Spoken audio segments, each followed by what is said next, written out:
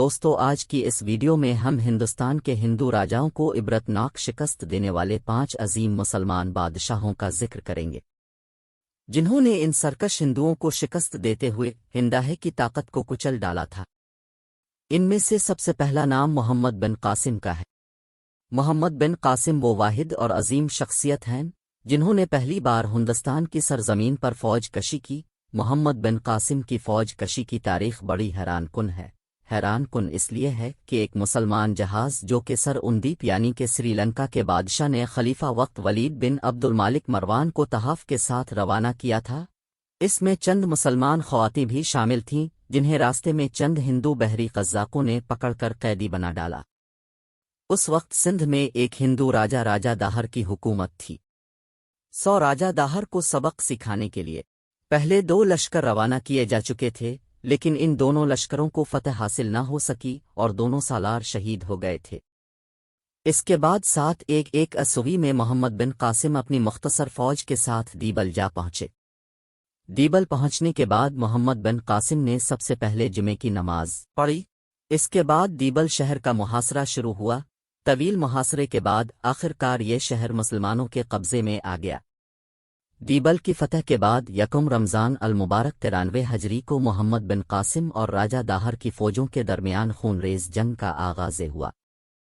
اس جنگ میں محمد بن قاسم کے پاس صرف 12,000 سپاہی تھے، جبکہ راجا داہر کے پاس 100 جنگی ہاتھی اور 40,000 کی فوج تھی۔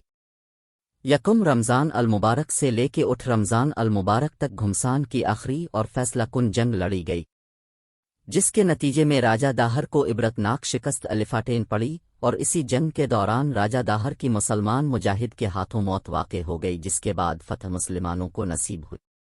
دوستوں اس فہرست میں دوسرے نمبر پر سلطان ابراہیم غزنوی کا نام آتا ہے۔ سلطان ابراہیم غزنوی کا شمار عالم اسلام کے عظیم ترین حکمرانوں میں کیا جاتا ہے۔ آپ کے دادا کا نام محمود غزنوی ہے۔ ابراہیم غزنوی نے اپنے دور حکومت میں آنے کے بعد اگرہ پر حملہ کیا۔ اس وقت اگرہ پر ایک ہندو راجا جیپال کی حکومت تھی جو کہ راجپوت تھا۔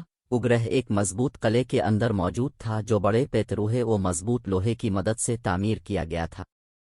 ابراہیم غزنوی نے اگرہ کی فتح کے لیے اپنے بیٹے سیف الدولہ کو لشکر دے کر روانہ کیا۔ موسم بہار میں سیف اپنے لشکر کے ساتھ اگرہ جا پہنچا۔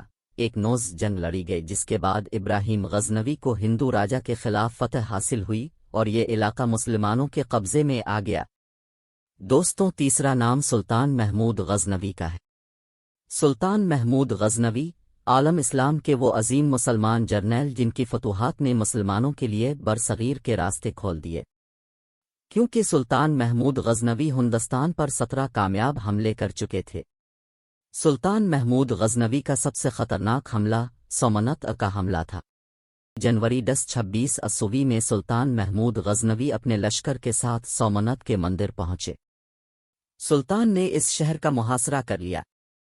ہندوؤں نے مسلمانوں کا ڈٹ کر مقابلہ کیا۔ شام تک جنگ جاری رہی اور اس جنگ کا کوئی فیصلہ نہ ہو سکا۔ اگلے دن جمعہ کے روز بھی گھمسان کی جنگ جاری رہی، لیکن جنگ کا کوئی فیصلہ نہ ہو سکا۔ تیسرے دن سلطان کی فوج نے اس شدت کے ساتھ قلعے کی فصیل پر حملہ کیا کہ ہندوؤں کو فصیل چھوڑنی پڑی۔ ہندوؤں کی حالت دیدنی تھی، وہ بھاگ بھاگ کر مندر میں جاتے اور اپنے دیوتاؤں کے آگے گرد گڑاتے اور ان سے مدد کی درخواست کرتے، لیکن اب سومنات کے دن پورے ہو چکے تھے۔ بہت جلد سلطان محمود غزنوی کی فوج نے سومنات کے مندر پر حملہ کر کے اسے فتح کر لیا۔ سومنات کی فتح ایسی فتح تھی جس نے محمود غزنوی کی شخصیت کو 4 چاند لگا دیے، اور سلطان محمود غزنوی کو دنیا اسلام میں عزت کی نگاہ سے دیکھا جانے لگا۔ چوتھے نمبر پر اورنگزیب عالمگیر موجود ہیں۔ اورنگزیب عالمگیر کا شمار عالم اسلام کے طاقتور ترین مسلم حکمرانوں میں کیا جاتا ہے، جو بہت بڑی سلطنت کے بادشاہ تھے۔ ہندوستان میں اگر کسی نے خود سر ہندو مرہٹوں سے ٹکر لی ہے تو وہ صرف اورنگزیب عالمگیر ہیں، اور اورنگزیب عالمگیر کے تخت نشین ہونے کے بعد مرہٹوں نے قتل و غارت گری شروع کر دی۔ اس وقت مرہٹوں کا حکمران شیواجی تھا۔ انہوں نے ہر طرف تباہی و بربادی پھیلا دی تھی۔